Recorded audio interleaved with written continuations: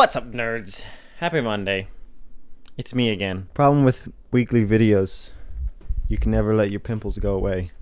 I tried popping them, they just got angry, so now this is what we're stuck with. So last week's video was a bit pessimistic, which I'll admit is very on brand for me, but I thought today it would be a good idea to try to balance that out a bit. So as many of you know, I became a dad back in 2020 and then again in early 2022. I would go into the normal tirade of how being a dad is like the best thing that ever happened to me and how I didn't know what love was until I had these kids, but I mean, that's just not true. Becoming a father at 22 was not something that was ever on my vision board at any point in my life. Like, at the time, I was completely lost when it came to my identity as a human being and what it even was I wanted to do with my life. Add to that the financial challenges, and I was just not at all in the position to be bringing another human being into the world. Like, what am I supposed to do with this thing? It's gonna want me to give it wisdom and guidance. Although, mostly just food, if we're being honest. So with that being said, you'd think that this would be a major source of regret for me, and honestly,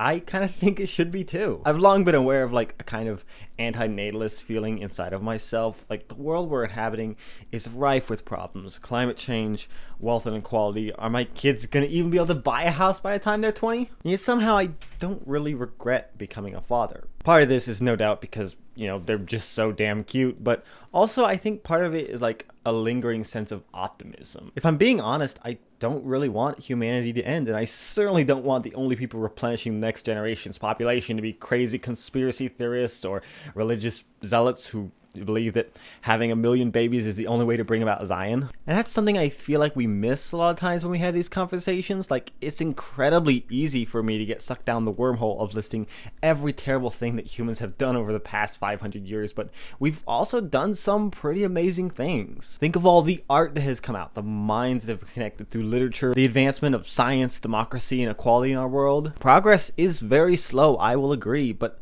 there's still a beauty to humanity which, in spite of my increasing cynicism, still continues to amaze and inspire me. Since starting school, I very often get stuck in a vortex of hopelessness. The day-to-day challenges of life, of keeping up with my studies, of taking care of my kids, it's a lot to live up to. There's not a day that goes by that I don't think about how much easier this would have been back when I was 17, was free from the yoke of familial connection. But on the flip side, I don't think I would have been the same person I am now without my kids. Becoming a dad set me on a path of self-betterment which I don't think I would have started on without them. Of course, I still worry about my kids. Like, there's no denying the surmounting obstacles they're going to have to face throughout their lifetime. I hope that in the future they have the opportunity to choose what they want to do in life without having to worry about whether or not they can afford the education or the financial risk. At the same time, I'm a big believer in being honest about the bad things in life. There are problems that we face in society and in our world which are